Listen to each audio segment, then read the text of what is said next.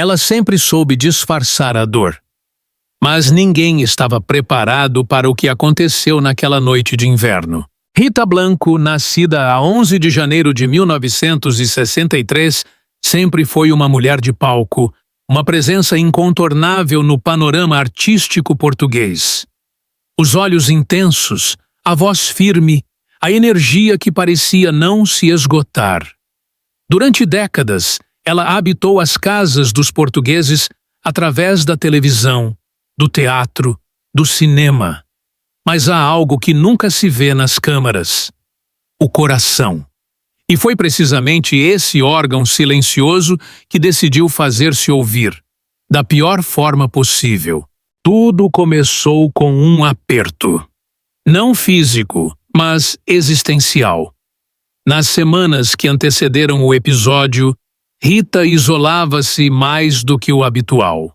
Durante as gravações da nova série que prometia marcar o seu regresso triunfal à televisão nacional, os colegas comentavam o cansaço no seu olhar, os breves segundos em que parecia perder o foco, como se a mente dela estivesse noutro lugar ou noutro tempo. Ela dizia estar bem.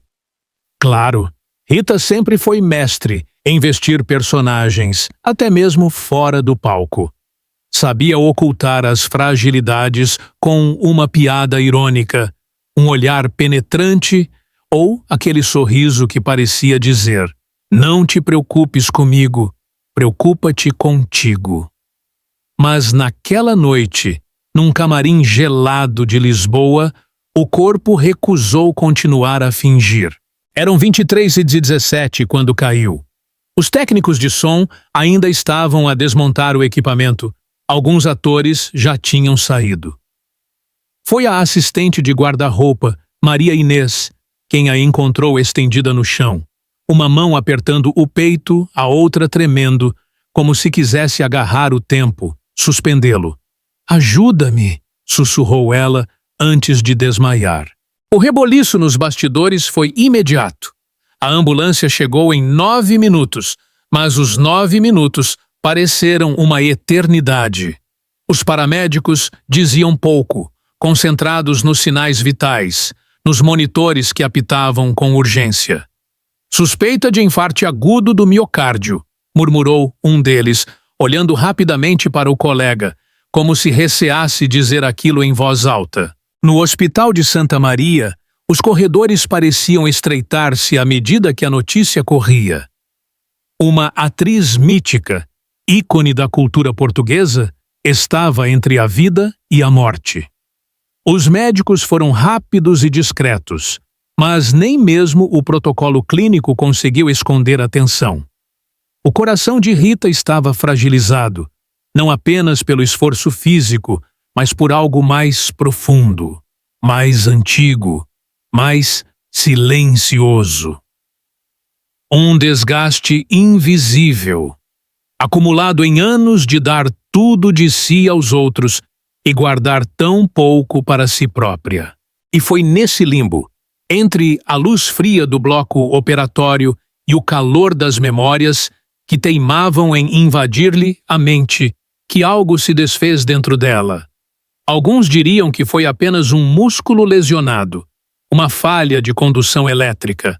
Mas os que a conhecem, os que a amam, sabem que aquela falha cardíaca veio de mais longe. Talvez das mágoas nunca ditas, talvez das noites em que chorou sozinha, sem que ninguém suspeitasse.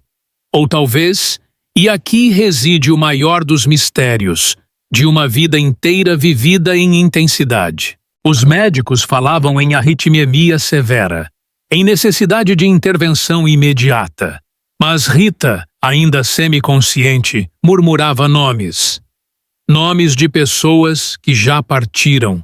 Nomes de personagens que interpretou. Como se naquele instante os limites entre vida e ficção se diluíssem. Como se mais uma vez ela se tornasse cena, guião, aplauso e silêncio. E enquanto os aparelhos zumbiam e o bisturi abria caminho entre músculos e fibras, uma pergunta pairava. Quantas vidas cabem dentro de uma mulher como Rita Blanco? Quantos corações ela emprestou a personagens que nunca existiram?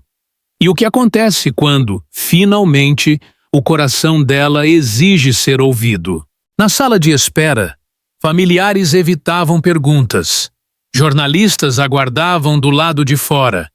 E um silêncio pesado invadia tudo. Uma atriz lendária estava vulnerável. Mas ninguém sabia ainda, ou talvez temessem saber, o que esse episódio mudaria para sempre na forma como ela via a vida, a arte e a própria fragilidade humana. E assim ficou a noite, suspensa, tensa, cheia de murmúrios e máquinas.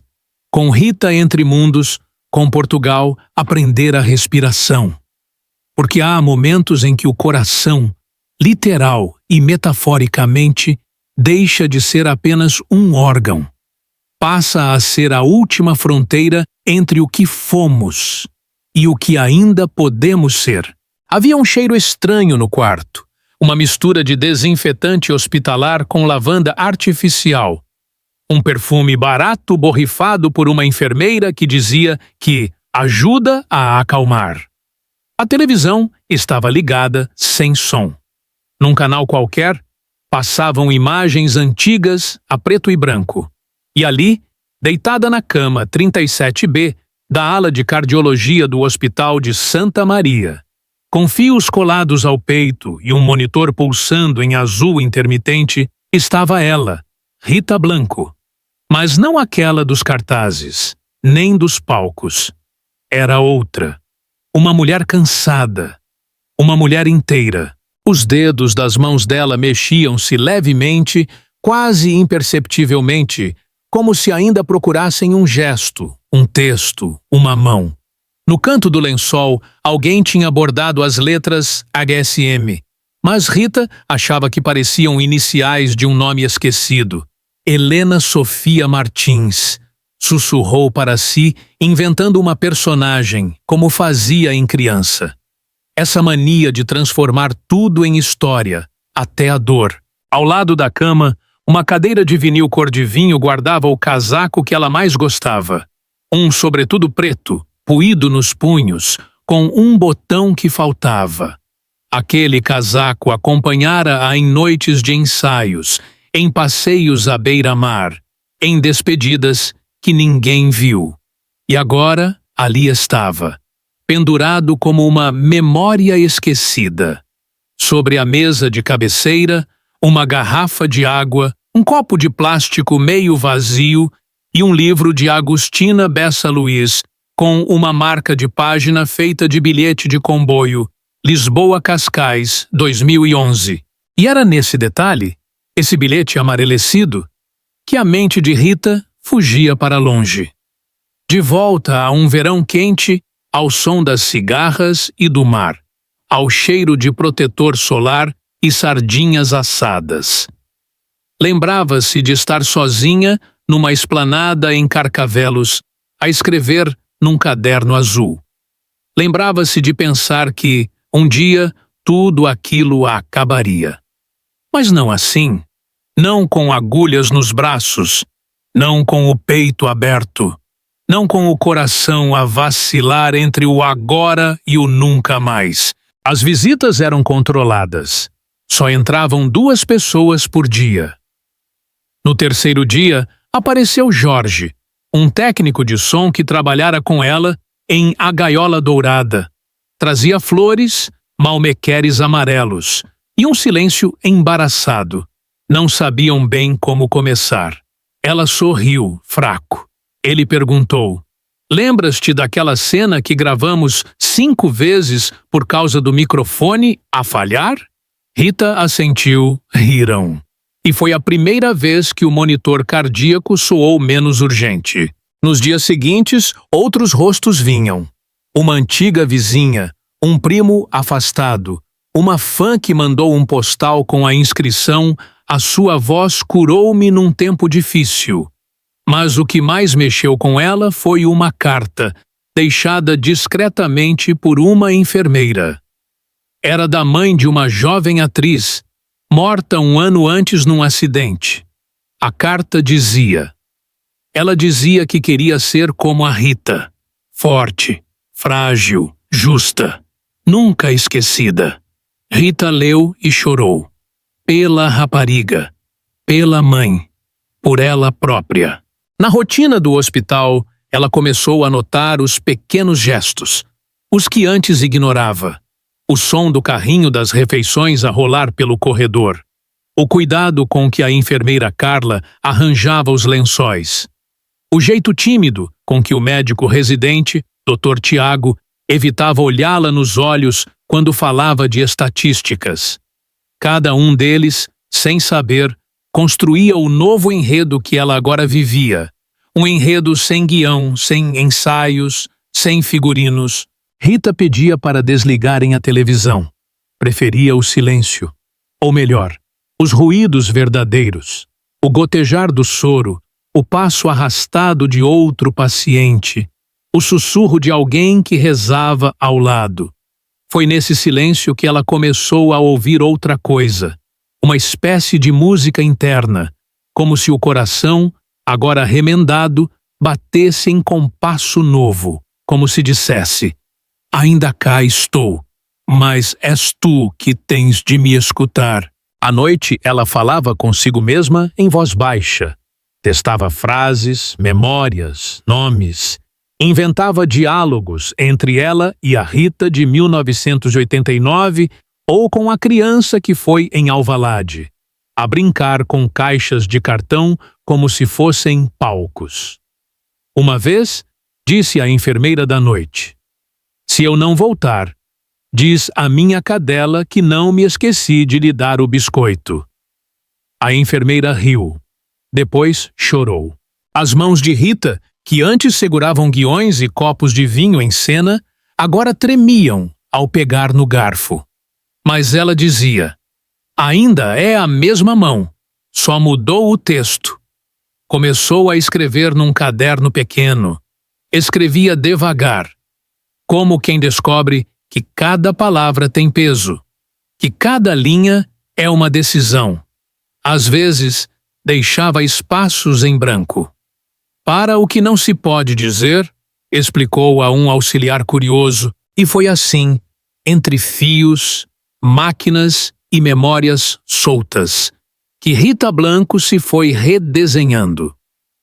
Como uma pintura antiga que alguém restaurava aos poucos, como um texto interrompido que agora recomeçava, sem saber ainda o ponto final. Afinal, talvez nunca tenha sido sobre voltar a ser quem era, mas sim descobrir quem poderia ser. Agora que o coração tinha falado, a recuperação não seguia um guião. Cada dia trazia um novo silêncio, e com ele, uma nova pergunta. Havia uma incerteza pairando sobre tudo, não apenas sobre o corpo, mas sobre o que viria depois, se é que algo viria. Os médicos falavam em progressos, os amigos diziam: vais ficar bem. Mas havia algo em Rita que parecia não querer voltar exatamente ao mesmo lugar. Como se no momento em que o coração falhou, uma parte dela tivesse atravessado para um lado onde o mundo se torna mais opaco, onde as coisas se dizem com menos palavras e mais olhares. Ela quase não falava das primeiras horas no hospital. Quando lhe perguntavam o que sentiu, desviava o olhar. É como acordar de um sonho que ainda não acabou. Só isso, nunca mais. Os dias passavam como nuvens, lentamente. Por vezes, densos. Noutras, translúcidos. Uma sombra começou a fazer-se sentir na ala. Não nos corredores, mas dentro dela. Algo que não sabia nomear, mas que parecia seguir-lhe o olhar. Às vezes, acordava no meio da noite com a sensação de que alguém lhe segurava a mão. Mas quando acendia a luz, só via o copo de água a meio, os livros empilhados de forma assimétrica e o relógio de parede marcando uma hora que parecia nunca mudar. Começou a escrever frases soltas no caderno. frases que não explicavam nada, mas carregavam peso. A cadeira vazia sabe mais do que eu. O corpo lembra-se antes da mente. Ele estava lá. Ou talvez fosse só um reflexo. Ninguém sabia ao certo quem era ele. Nem mesmo ela. Talvez uma memória ou uma presença que só se sente quando a vida ameaça fugir. Ou talvez um personagem, daqueles que ela criou e que nunca quis deixar partir. Havia também uma carta que nunca abriu. Chegou no 5º dia, sem remetente. O envelope era de papel antigo, com um perfume quase esquecido. Guardou-a na gaveta sem a ler. Não por medo, mas por algo mais complexo. Como se soubesse que, ao abrir, alguma coisa mudaria. Talvez para sempre. No 8º dia, uma mulher visitou-a. Ninguém sabia quem a autorizou a entrar. Não era da família, nem do círculo habitual. Tinha cerca de 40 anos, cabelo preso com um lenço cor de ferrugem e olhos que pareciam conhecer demasiado. Ficou apenas 10 minutos. Não falou muito. Disse apenas: "Há papéis que se queimam antes de serem lidos."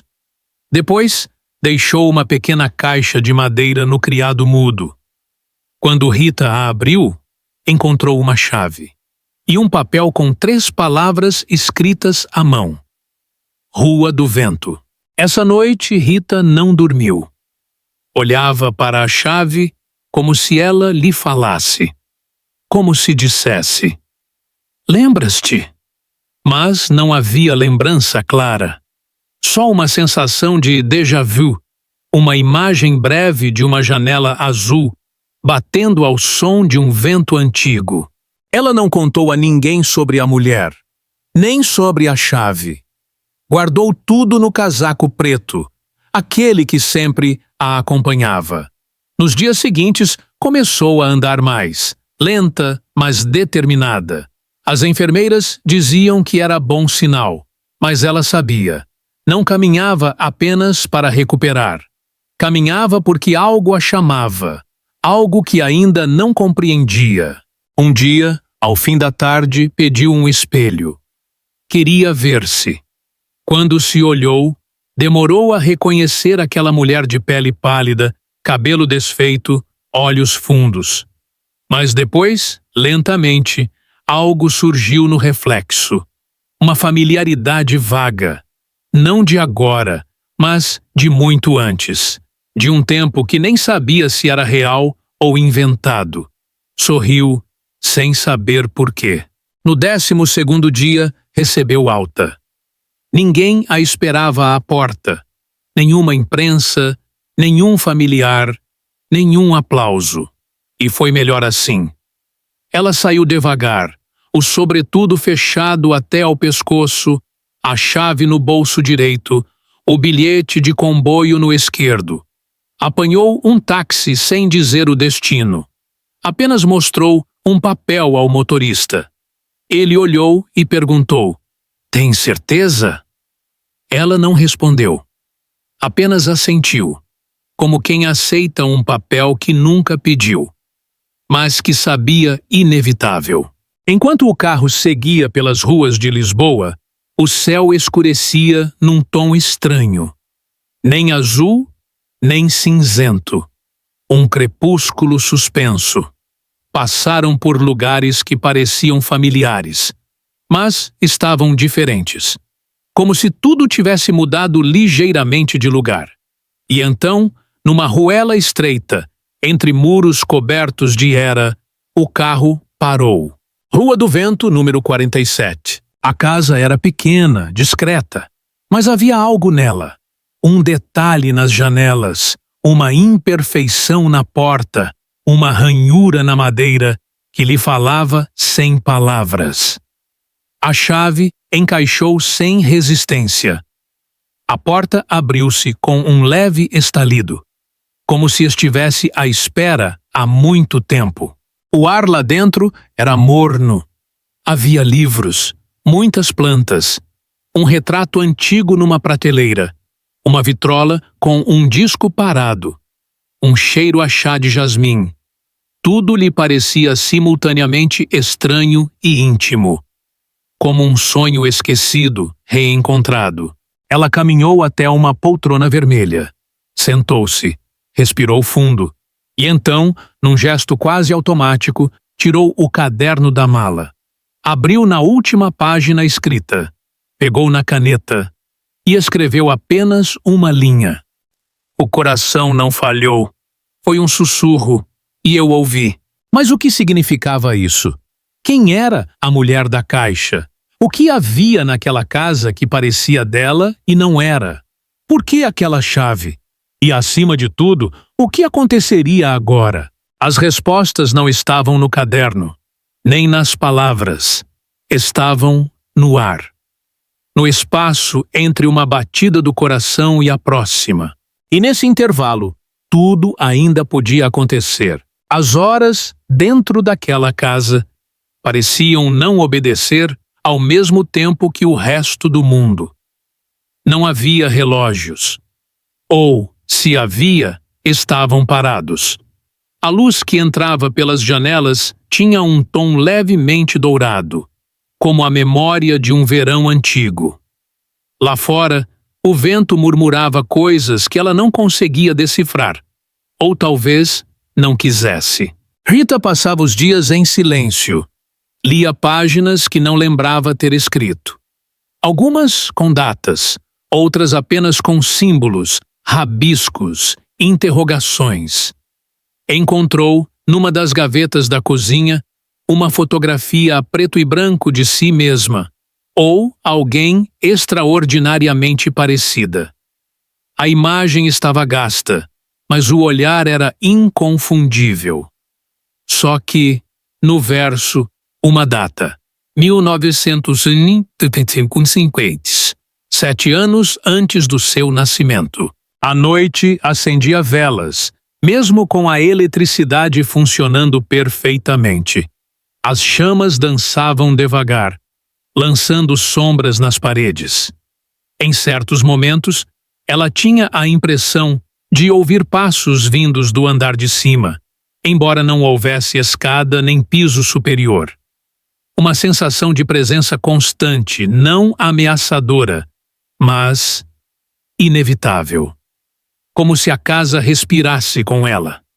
Como se tivesse esperado, durante anos, por alguém que entendesse seu idioma. No quintal, havia uma cerejeira que não dava frutos. Mas, ao pé dela, enterrado sob uma camada fina de terra, Rita encontrou uma caixa metálica. Dentro, papéis com frases incompletas, bilhetes de cinema, uma fita de áudio sem rótulo e um lenço bordado com as letras RB. Era dela ou de outra? Ela não lembrava, mas não sentia medo. Apenas uma curiosidade calma.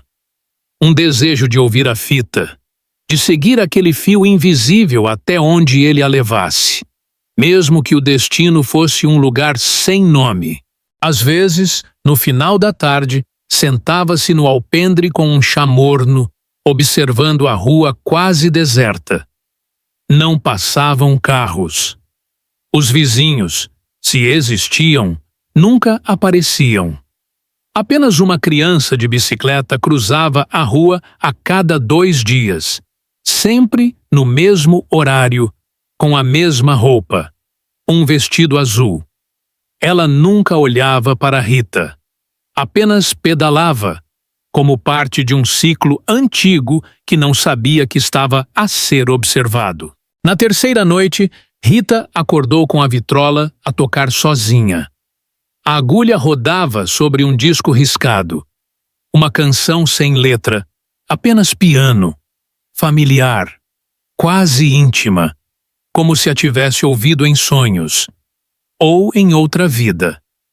Desligou o aparelho, mas ao voltar para o quarto, encontrou a cama desfeita, como se alguém tivesse estado ali. Mas não havia ninguém.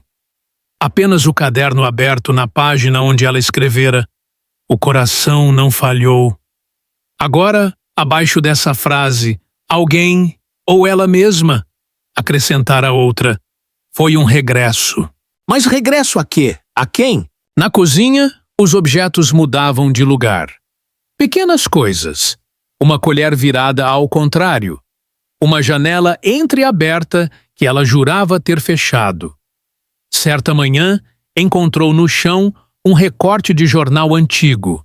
Atriz portuguesa morre em palco, espetáculo interrompido.